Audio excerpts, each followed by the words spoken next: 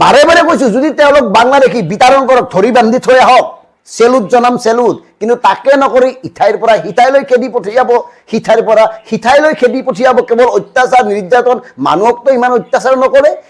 এই অধিকাৰটো সংবিধানে দিয়া নাই আপোনালোকক। শেষত মই অসমৰ আৰক্ষী সঞ্চালক প্ৰধান মহোদয় আপোনাক বিনম্ৰভাৱে অনুৰোধ জনাইছো, শান্তি শৃংখলা অটুট ৰাখিবলৈ আপোনালোক কঠোৰ হওক। এনেকুৱা এটা পৰিৱেশ সৃষ্টি হ'বলৈ নিদিব। এনেকুৱা এটা যদি পৰিৱেশ সৃষ্টি হয় অনাগত সময়ত ভয়ংকৰ কাৰ্য সংঘটিত হ'ব এইখন অসমত, যাক নিয়ন্ত্ৰণ কৰিব নোৱাৰিব আপোনালোকে। গতিকে সময় থাকোঁতে এই তথাকথিত লোকসকলক নাকি লগাওক, কাৰণ এতিয়া প্ৰত্যেকেই নিজকে নেতা হিচাপে প্ৰতিষ্ঠা কৰিবৰ কাৰণে লক্ষ্য কৰি লৈছে মিয়া আৰু অসমীয়া। আৰু ইয়াৰ বেকত ভয়ংকৰ সত্য আছে, অনাগত সময়ত কম কেনেকে একাংশ জাতীয় দল সংগঠনক কিছুমান বণিক গোষ্ঠী, ব্যৱসায়ী, উদ্যোগপতিয়ে ব্যৱহাৰ কৰি আহিছে।